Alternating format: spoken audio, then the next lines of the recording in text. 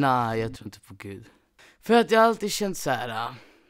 Behöver man verkligen tro på någon Gud för att kunna leva livet? Och ja, min pappa är muslim. Jag håller mig till salami för jag älskar salami liksom. Tror du på Gud? Ja, nej, jag vet inte. Jag tror på Gud. Jag tror på islam. Nej, det skulle jag inte säga att jag gör. Däremot så tror jag på att allting händer av en anledning. Nej, jag tror definitivt att det finns något som vi inte kan greppa. Jag tror på det övernaturliga och väsen. Oj. Alltså, Nej, eller? Jag är agnostiker, så jag tror inte på Gud. Men jag säger inte att han inte finns.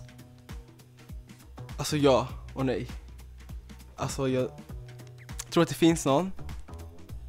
Men jag ska aldrig kunna typ så här. Alltså, hitta en tröst i det. Den frågan blir lite svårt.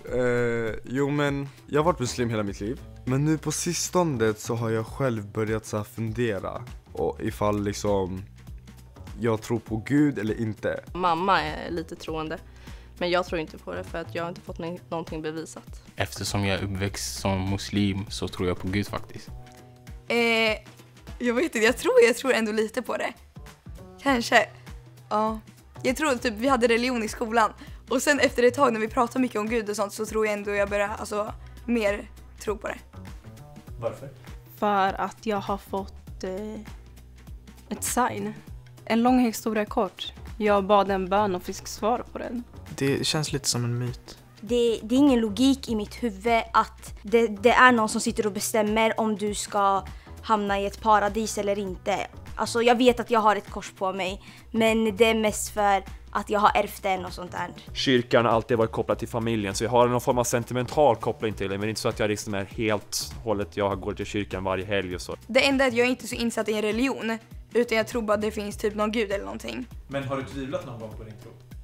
Ja, många gånger. Ibland kan jag tänka bara, okej, men om nu en gud finns och den får välja personer, varför drar den ner typ våldtäktsmän och knark? Alltså varför gör den så? Den kanske bara tog ner en massa personer och sen så får det bli som det blev liksom. Där jag bor så var det en skjutning för några år sedan och jag var där typ en minut innan. Då kändes det liksom så här, det var nästan lite övernaturlig känsla typ. Att jag var så nära på att kunna åka illa ut.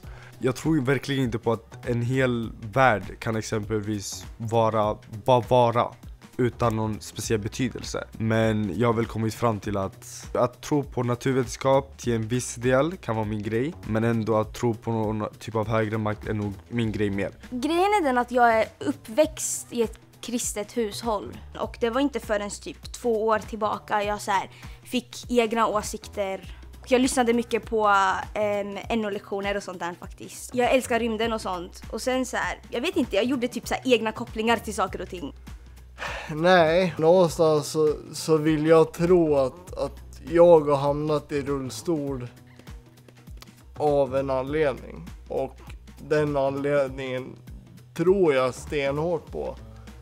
Och använder det också för att klara av de tuffa stunderna liksom. När jag i början började förlora min tro, då kände jag mig jättehopplös. Jag tänkte, men vad är meningen med livet då? Vad gör jag här om jag inte vet om någon typ av högre makt? Så jag känner väl hopplöshet. Vad skulle du göra om du en dag får reda på att det du trott inte stämmer? Får jag väl typ brösta den eller någonting. Jag hade blivit både chockad och inte så chockad. Jag skulle nog känna mig ledsen och tom. Jag tycker att det är tron inom mig som får mig att move on. Och då får mig att känna mig säker. Ja, alltså om det skulle hända då att jag skulle se Gud eller att om han skulle finnas, då skulle jag väl börja tro på honom. Jag skulle väl bli väldigt lättad just för att man får en typ av svar.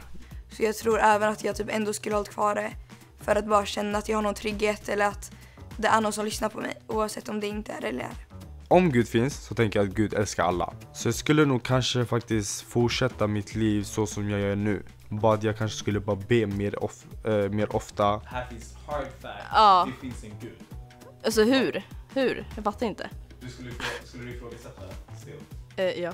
Hade inte jag använt mig av min tro, om jag ska säga så hade nog inte jag suttit här idag. För att så pass tufft är det ibland. Jag tror jag alltid kommer tro på det jag kommer tro på. Skulle du känna att du skulle kunna ha lätt att tänka om? Nej, faktiskt inte. Jag ska bara fortsätta tro på min tro. Folk kommer ju idag och säger att Gud inte finns och jag har inte brytt mig då för att jag kommer fortfarande tro på det jag tror. Gud, nu kommer mamma bara, är vi så kristen eller? Det trodde jag inte.